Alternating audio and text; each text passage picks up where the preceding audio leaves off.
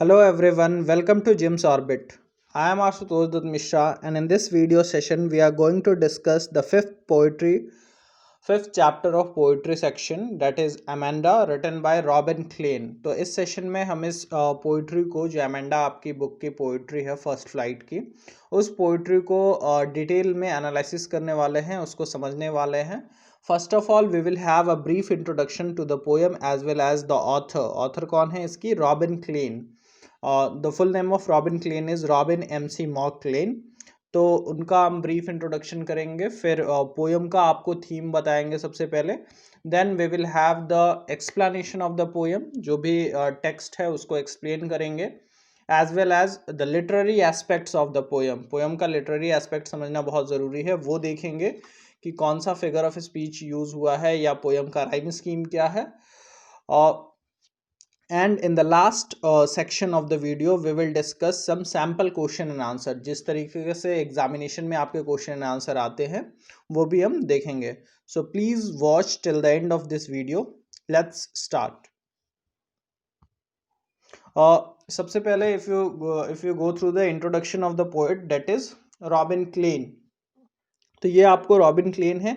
C is an Australian author और ये जो बिलोंग करती हैं वो मॉडर्न एज से ही, उसमें भी आपको 20th सेंचुरी का लास्ट और 21st सेंचुरी का. She is currently residing at Melbourne.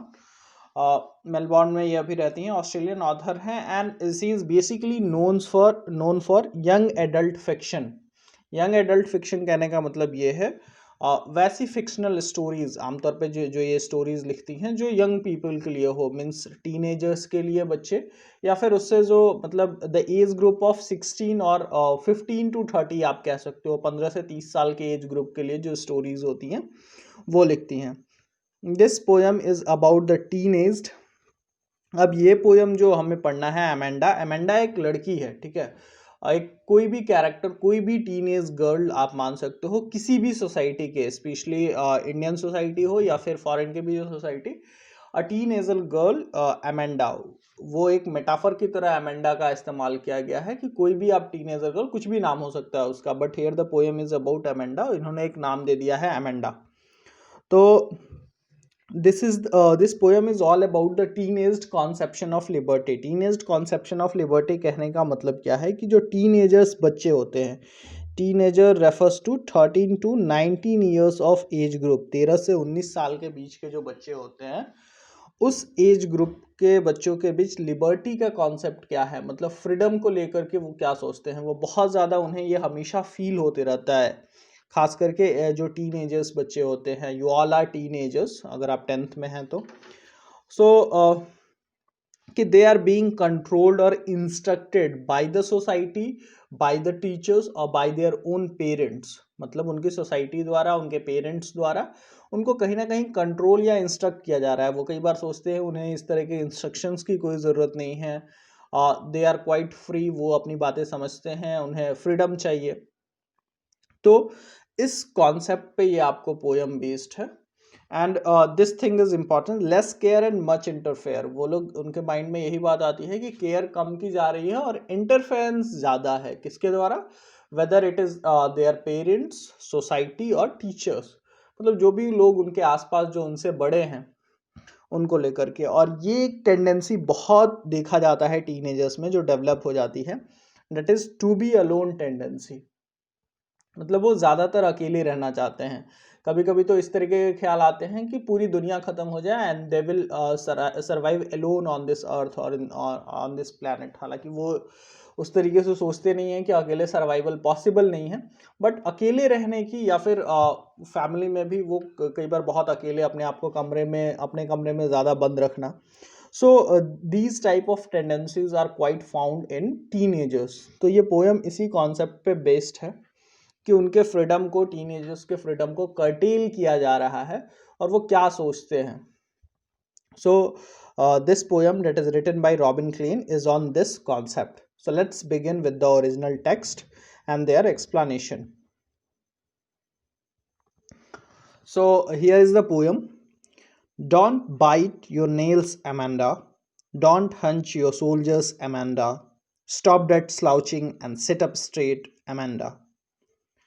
There is a language emerald sea where the sole inhabitant is me, a mermaid drifting blissfully. So here are the first two stanzas of the poem. ये पहले दो stanza हैं आपको जो poem Amanda poem है उसके। आप देख रहे हैं कि जो सेकंड स्टैंजा है it has been written with in the brackets, ये ब्रैकेट के अंदर लिखा हुआ है। इसका एक कारण है, ये जो फर्स्ट स्टैंजा है ये रियलिटी है and the second stanza is the imagination of that girl child that is Amanda. उसको वो क्या इमेजिन कर रही है वो है। आप मतलब बहुत क्लियर हो रही, ये उसके पेरेंट्स या उसकी माँ जो है वो उसको एक तरीके से इंस्ट्रक्ट कर रही है। और जैसा आमतौर पे कोई भी पेरेंट्स करते हैं, don't bite your nails Amanda, अपने नाखून इस तरीके से मत काटो, बच्चे दांत से काटते हैं जो। Don't hunch your soldiers Amanda, मतलब गर्दन झुका करके नहीं, seat up straight, stop that slouching and sit up straight, वो झुक करके उस तरीके से नहीं बैठो और सीधे बैठा करो Amanda. So the first stanza is about the reality, जो उसकी माँ जो है वो उसको बार बार इंस्ट्रक्ट कर रही है कि अपने नाखून मत काटो। तो दीज आर सम एग्जांपल्स कि किस तरह के छोटी छोटी बातों पे भी इंस्ट्रक्शंस जो है वो बच्चों को मिलते रहते हैं। डोंट हंच योर सोल्जर्स, अपने कंधे को झुका करके मत रखो, मतलब keep it straight Amanda. Stop that slouching, वो उस तरीके से झुक करके जो बच्चों को बैठने की आदत हो जाती है या चलने की। And sit up straight Amanda. So these are the instruction that is being given by the mother of Amanda. अब Amanda क्या सोचती है? There is a language Emerald Sea where the sole inhabitant is me, a mermaid drifting blissfully. सोचती है कि वो किसी एक ऐसे आइलैंड पे चली जाए जहाँ पे सिर्फ और सिर्फ एक ही इनहैबिटेंट हो, वहाँ का एक ही बासिंदा हो, वहाँ एक ही व्यक्ति हो, एक ही पर्सन हो। और कौन वो पर्सन कौन है? Where the sole inhabitant is me refers to Amanda. तो वहाँ पे वो अकेले हो। A mermaid drifting blissfully, mermaid एक दूसरी कहानी का कैरेक्टर है, इसको क्या कहते हैं, तो एक मरमेड की तरह। और वहाँ पे वो बहुत ही ब्लिसफुली, बहुत ही काम नेचर में, बहुत ही सुकून के साथ वहाँ पे वो ड्रिफ्टिंग कर सके किसी ऐसे आइलैंड पे जहाँ समुद्र हो और उसमें वो ड्रिफ्टिंग बड़े सुकून के साथ, कोई उसे इंस्ट्रक्ट करने वाला या कोई उसकी फ्रीडम को कर्टेल करने वाला नहीं हो, कोई उसे कंट्रोल भी करने वाला नहीं हो। So this is the literal meaning of these two stanzas. अब इसके आप लिटरेरी एस्पेक्ट्स थोड़ा सा देख लीजिए। जैसे आप अगर पोयम के राइम स्कीम पे आते हैं तो rhyme scheme of poem is A B A and C C C. आप देख सकते हो अमेंडा, अगर आप इसको ए लिख लो फिर अमेंडा को फिर से आप ए लिखोगे। Straight is not right rhyming with Amanda, so here it is B. तो ए बी एन फिर अमेंडा हियर है, तो ए बी ए, ये फर्स्ट स्टैंजा का।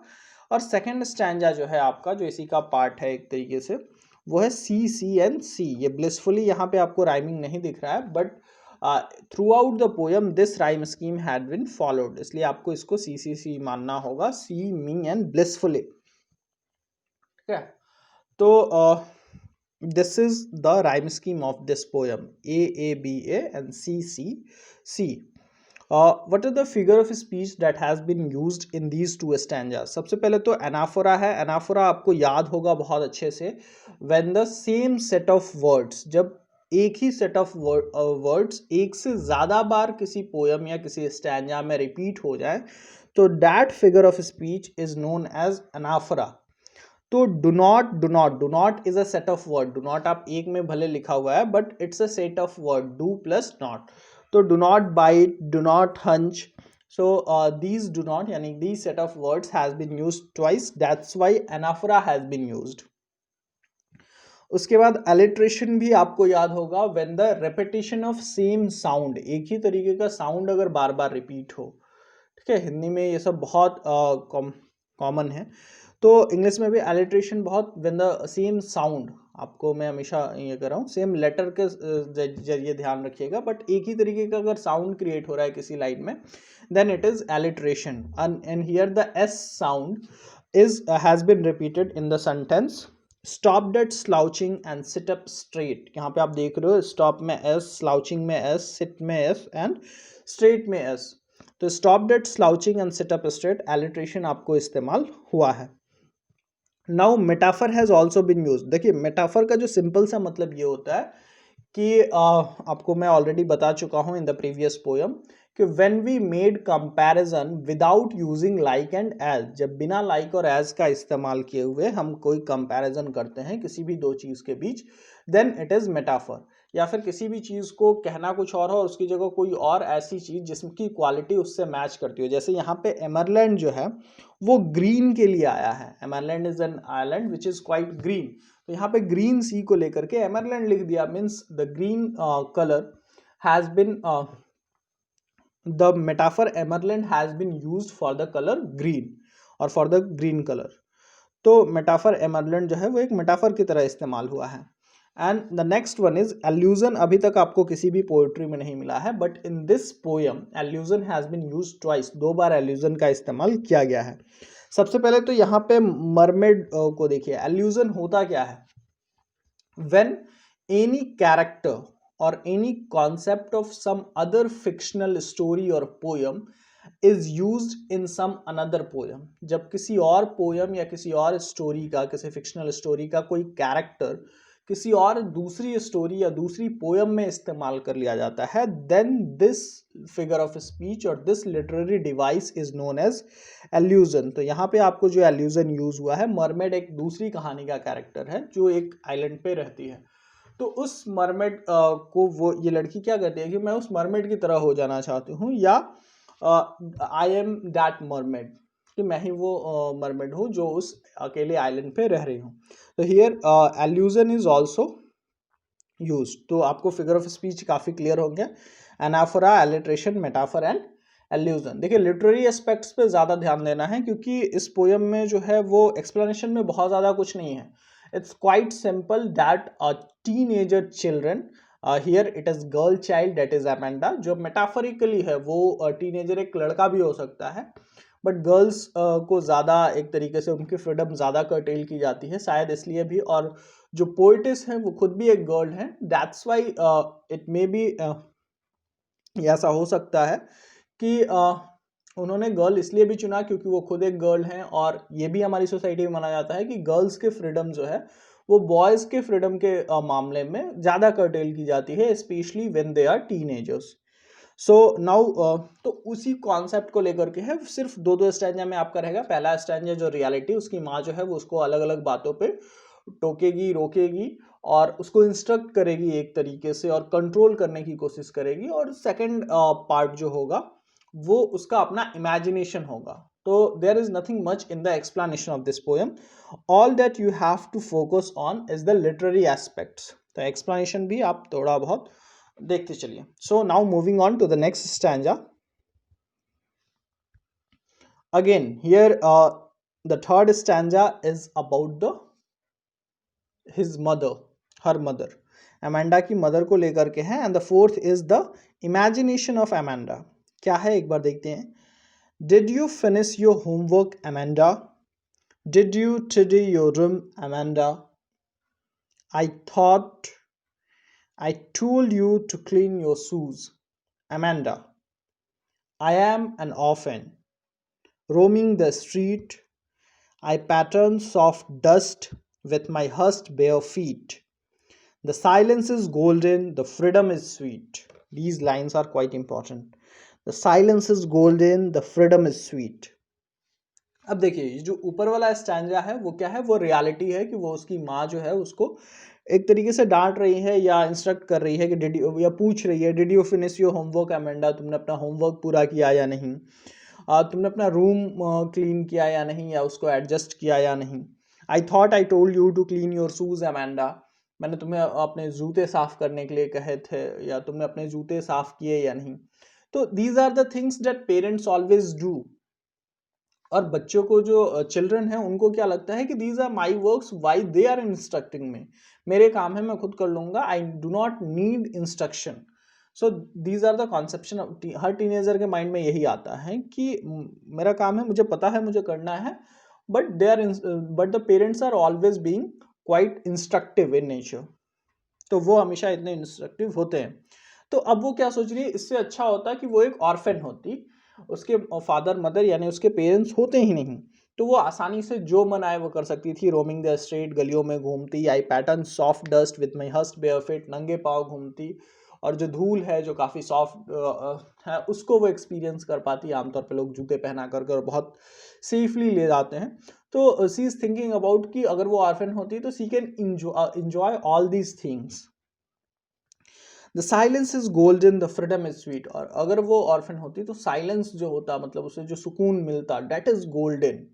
तो हियर इज मेटाफर ऑल्सो, इसको भी हम समझेंगे। And the freedom is sweet, और जो उसे आज़ादी मिलती, जो लिबर्टी मिलती, वो काफ़ी स्वीट होता। Means all these things are enjoyable when she will be an orphan, अगर वो होती तो। In fact in reality she is not an orphan, reality में वो कोई अनाथ नहीं है, बट वो ऐसा इमेजिन कर रही है।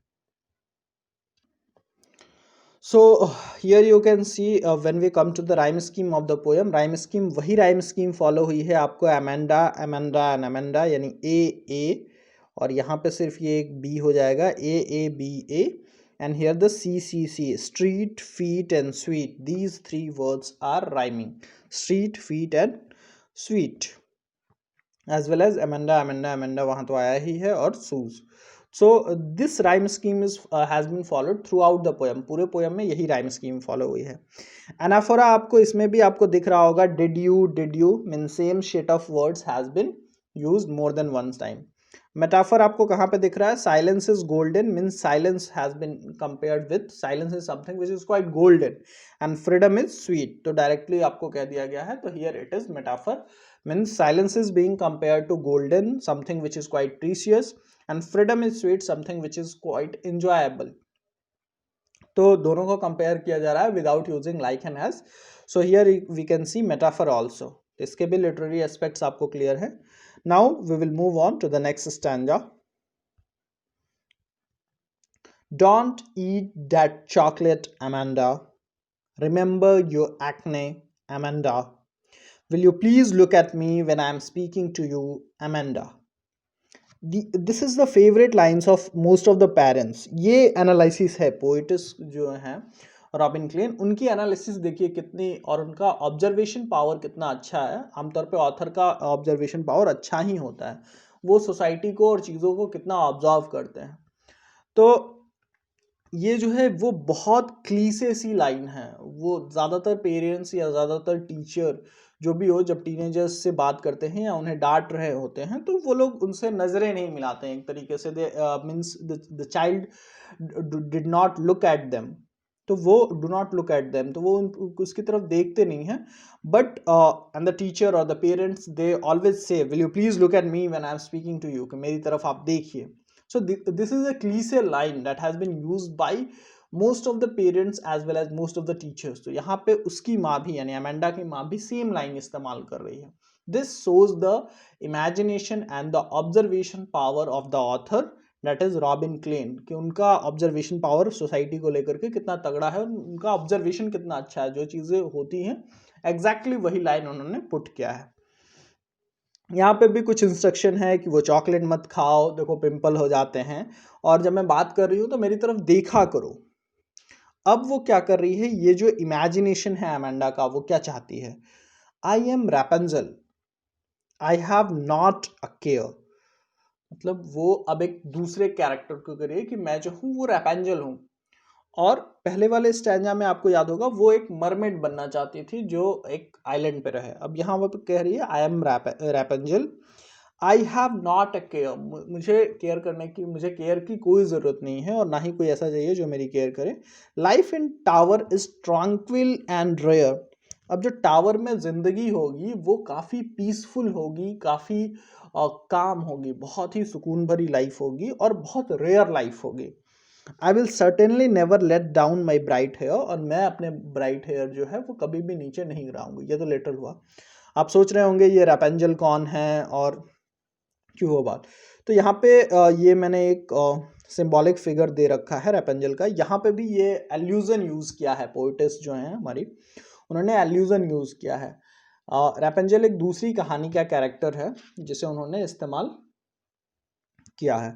वो कहानी मैं आपको बहुत शॉर्ट में बता देता हूँ। एक फिक्शनल स्टोरी है जिसमें रैपेंजल नाम का एक कैरेक्टर होता है, एक डॉल, एक प्रिंसेस होती है एक्चुअली, और वो उस प्रिंसेस के जो बाल होते हैं यानी उसके हेयर गोल्डन कलर के होते हैं and it is quite long, वो बहुत लंबा। वो एक टावर में अकेले रहती है जिसमें कोई भी स्टेयर्स नहीं होते हैं, there are no stairs in that tower, और वो उसके टॉप पे रहती है and nobody can harm her, nobody can reach at that tower, क्योंकि स्टेयर्स नहीं है तो वो खुद वहाँ पे पहुँची हुई है और बहुत ही अकेले जी रही होती है।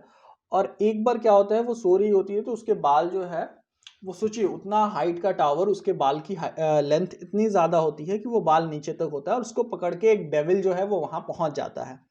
और फिर इस रैपेंजल को एक प्रिंस फिर उसी बाल के सहारे चढ़ के बचाता है। तो यहाँ पे ये जो एमेंडा है वो ये कह रही है कि उस टावर की लाइफ बहुत ही ट्रांक्विल होगी। ट्रांक्विल रेफर्स टू पीस, कामनेस, बहुत ही वहाँ पे शांति होगी, सुकून होगा, कामनेस होगा और बहुत रेयर लाइफ होगी। और जो गलती इस रैपेंजल ने की थी वो गलती वो कभी नहीं करेगी। कौन सी गलती? And I will certainly never let down my bright hairs, मैं अपने ब्राइट हेयर्स को कभी भी नीचे की तरफ नहीं लटकाऊंगी या I will never let it down. So here allusion has been used, use of famous fairy tale character Rapunzel का इस्तेमाल इस पोएम में किया गया है। Now moving on to the last stanza of the poem, we can see here। अब देखिए यहाँ पे ये क्या चल रहा है।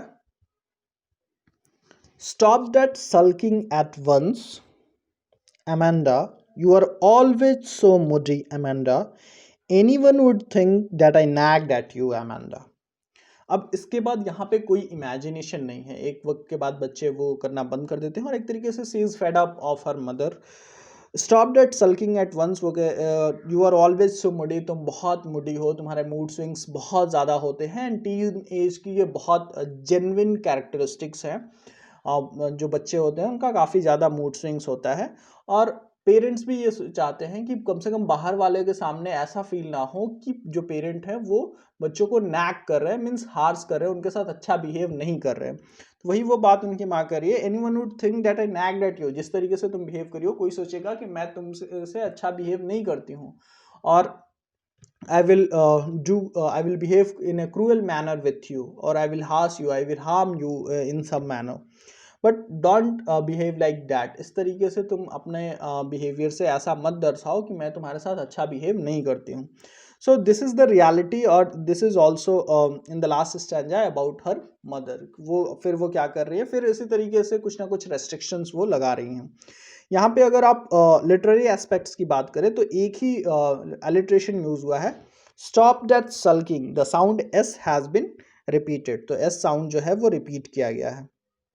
Now we will see just some sample question and answer. Let's see। देखिए वो जो चीज़ ब्रैकेट वाले इस्तेमाल की गई है उसको कहते हैं पैरेंथेसिस। तो stanza 2, 4 and 6 are given in parenthesis. Why, क्यों ऐसा किया गया है? तो आमतौर पे पहले तो पैरेंथेसिस होता क्या है वो आप बता देंगे कि it's a remark that is added to a sentence to provide an explanation. तो यहाँ पे भी एक explanation to show the reaction of that child Amanda और to show the imagination of that child Amanda. तो उस चाइल्ड उस बच्ची की इमेजिनेशन को दिखाने के लिए यहाँ पे पैरेंथेसिस का इस्तेमाल किया गया है। Towards her mother's continuous nagging, जो बार बार उसकी मदर उसको नैग करती है, उसकी इंस्ट्रक्ट करती है, उसको कंट्रोल करने की कोशिश करती है, तो उस बिहेवियर के अगेंस्ट में उसका जो एक तरीके से रिएक्शन है वो दिखाने के लिए इस पैरेंथेसिस यानी ब्रैकेट वाले स्टैंजास का इस्तेमाल किया गया है। Now the second thing is, do you know the story of Rapunzel. ये स्टोरी मैंने आपको बड़े अच्छे से बताई कि रैपेंजल की स्टोरी क्या थी, तो वो आपको पता होनी चाहिए, कई बार पूछ दिया जाता है। तो Rapunzel, the story Rapunzel is a fairy tale character in which, जिसके बाल बहुत लंबे होते हैं और वो उसको गिरा करके एक बार सो जाती है। एक ऐसे टावर में रहती है where there are no stairs, कोई स्टेयर वहाँ पे नहीं होता है। You will just read it out these answer जो मैंने यहाँ लिख रहे हैं, मैं बस आपको ये आंसर समझा देता हूँ। तो फिर उस स्टोरी को आपको लिखना है। And why does she want to be Rapunzel, वो रैपेंजल क्यों बनना चाहती है? Because she thinks that the life at tower will be quite peaceful and full of tranquility. वहाँ पे बहुत ही पीसफुलनेस होगी, कामनेस होगी, वहाँ कोई डिस्टर्ब करने वाला नहीं होगा और वो ये जानती है कि वो रैपेंजल वाली गलती कभी नहीं करेगी, ही विल नेवर डू। वहाँ पे लाइन बहुत क्लियर है कि and I will certainly never let down my bright hairs, ये वाली जो लाइन है। तो आई होप आपको ये पोयम बहुत अच्छे से समझ में आया होगा। Please do subscribe to our channel. Have a great day.